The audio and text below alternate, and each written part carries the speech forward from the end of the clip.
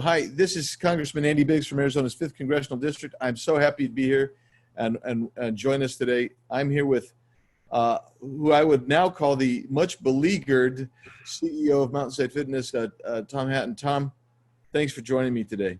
You bet. You bet. I actually had hoped that last time we spoke, which I think was about a week ago or so, and I had hoped that next time we talked, I'd be saying, how is it going having reopened up your gyms? Tom, tell me, just so for people who don't know, how many gyms do you have? How many employees do you have? We have 18 fitness centers, just under 1,500 employees. Okay. And you've tried to keep as many on as possible through this closure, right?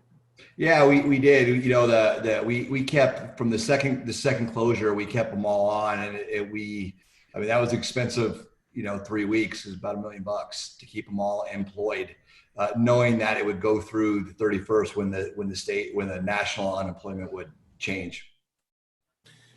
So when we start looking at this, I've read all the pleadings that you guys have filed. I've taken a look at the other pleadings. I've read the Judge Thomas's original order. I've read now your new pleadings. So let's back this up for anybody who hasn't paid attention. And you sent me a timeline. So let's start with the timeline. You guys are going along, and then June, what happens?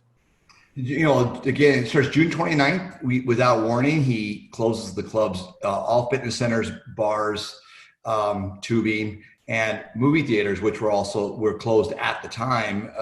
We were told that we have to close within 5 hours. So at that point, we're like, well, what's the reason? And that's what really started the firestorm. Is the first time we all were shut down, kind of everybody was shut down together, learning the virus, and we worked with protocols and everything, just like every industry did, restaurant industry did. So this one, that was the part is where it came from, and we're leading to today is show us proof, get some understanding, and then let's figure out how to go forward. And that just hasn't been the case all the way up until really now. So they put out these amorphous guidelines, et cetera, and then you guys filed suit, and you asked for those to be either set aside or restraining order on the so you could actually run the course on this thing. What I thought was interesting is during the hearing on the temporary restraining order, or the TRO, you guys brought in 3 witnesses who said there's no evidence that there's community spread from a gym. And you're right. I mean, I haven't, of all the studies I've looked at, I haven't seen anything like that. You had not a medical guy, but a military guy come in and say that when started looking at contact tracing, they had not found one case that had originated from a gym. And then Dr. Chris, who is the state head of the Department of Health Services herself, admitted there was no scientific data linking gyms to community spread. Is that fair? Is that a fair characterization of the testimony? Yeah, I think it's interesting. Well, it started with when we were closed down, there was no protocols put up in place, which is where the judge was talking about on July 7th. So they put up the first set of protocols, the state's protocols for health clubs, on July 15th, changed them on July 22nd, making them more restrictive, which is what we took to court and said, okay, if we do this 50%, occupancy and so forth, are we safe to open? We brought in the expert witnesses, and we also brought in Dr. Will Humble, who was the director of the Department of Health and hired Kara Chris. So he was in Kara's position for 9 years. So he testified on our behalf. The general of the National Guard was a witness of the state. So he came on, and he was hired. The National Guard was hired by Kara Chris to do contact tracing. So we brought him up and cross-examined him and said, hey, have you found anything from a health club? And the answer was no. And we said, Kara, is there anything originating from a health club? And she said no. And then why are we having this conversation? So it just kind of got, and then after they got the ruling on August 4th, against them to say that there was a TRO in place, they changed those protocols for the 3rd time. They went in and asked for a stay 2 days later, lost the stay, changed the protocols to a 4th time, which was on Monday, which is essentially 25% occupancy, and then based on all the testing that the whole state does. It's impossible, no protocols to open, it's just the end. Yeah. Yeah. So their last protocols, or what do they call them, guides or whatever. I read those and I said, these are designed, I think they're trying to technically comply with the judge's order without allowing fitness clubs to open. And that's Exactly. what I was, that was my conclusion after taking a look at it. And you know, so you guys have now done, which is quite frankly, the logical next step. I mean, you have to go through this procedure, the procedure of the courts, and now you've requested that the state or the governor, as the representative of the state, to be held in contempt for failure to comply with the original order given by the judge. Tell us about that. Yeah, that's an interesting thing because the actual emergency authority, so to speak, or we call it the EO, is so broad, it's scary. And what we're seeing right here is the abuse of that power. When you close an industry and you don't have proof as to why, you just say, well, the state's a hotspot. Well, that's great. Close everybody then. If not, let everybody work together forward. But you can't just arbitrarily do that. However, our Constitution and the authorities given to all governors that can do whatever they want. I mean, several times in court, even when Chris said we don't have any evidence, they came back and go, well, because we said so. That's all we have to do. So to go back and show all this proof of, lunacy of the different changing of the protocols to no reasons as to why or no proof, is putting it back into the judge's hand and go, we are giving you enough, we believe we're giving you enough evidence to say enough's enough. And the EO powers, they're too far reaching in this, and it's just not, what it was intended. Yeah, no, I think you're right.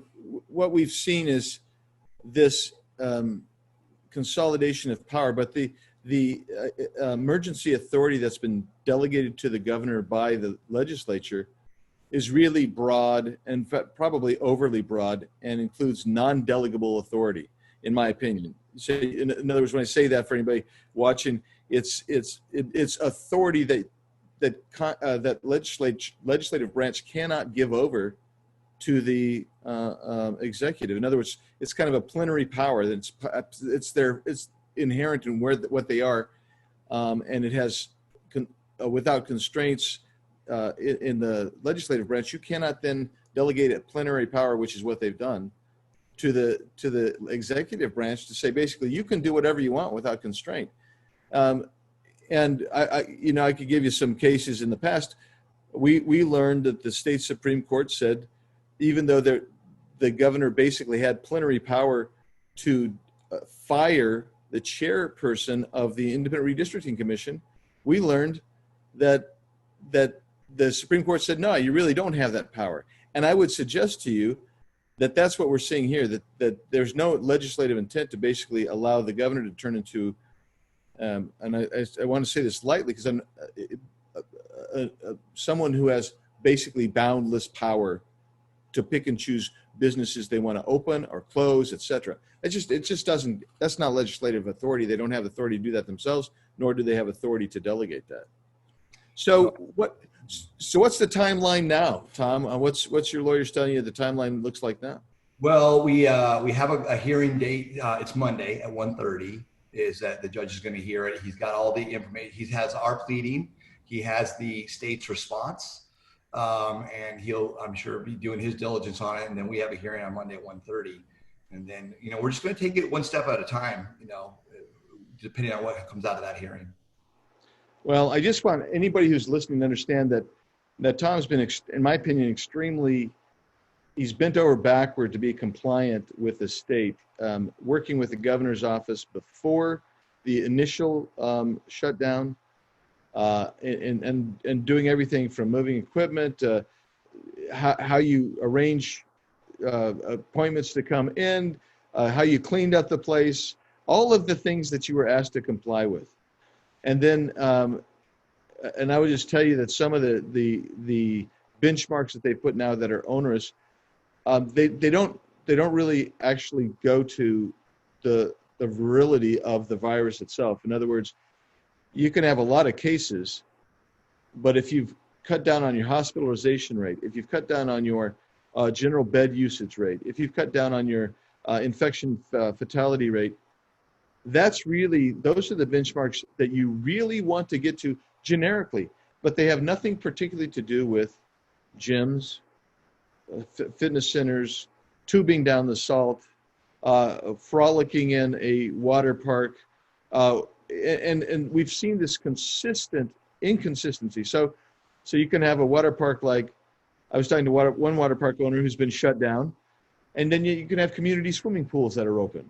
You can have a standalone bar closed, but if a bar is in a hotel, it's open. I mean, all of these inconsistencies that are hurting people like you guys who are actually trying to be responsible, and your customers, your clients. So what I said on the radio this morning, I was asked this morning down on a station out of the metro area. I just said, look, what my advocacy is this: let the gym owners, the health center owners, do the very best they can to meet the demand of their clients and be healthy. And guess what? If a customer doesn't want to go because they don't think it's healthy enough, that's not healthful, not safe, they don't like that risk, they could stay home. If an employee feels the same way, they could stay home. We used to do that. It was called freedom. And I just, Godspeed to you, Tom. I mean, you're fighting a good fight here. Thank you. And, we're our goal is to be open and certainly protect our rights, like you said, Congressman. And we feel like it's gotten so far out of hand. We gotta run it all the way to the end until we're open and, one way or another. Yeah, I appreciate your leadership on it. I know EOS is also in there, and you guys are fighting this good fight. It's a good fight, but it's sad you have to fight it. Agreed. Well, again, thanks for taking a few moments, giving us an update. I know people ask me what's going on, and I just commend you for just using your resources, because that's what you have to do. You're using your resources to fight this thing, to get open, so you can preserve your business and 1,500 employees. Plus, I don't know how many customers you have. 105,000. Over 100,000 people want to get to the gym and work out, and I don't know, maybe try and be the best health, get the best health they can by working out, and so I appreciate the time. Encourage you to keep going, and Godspeed to you. And I'm looking forward to maybe next week we could talk and ask how your opening's going. That's what we're hoping, man. That's right. Thank you, Congressman Biggs. I really appreciate the time today. Thank you, Tom. Take care, and we'll get back with you. All right. Bye-bye.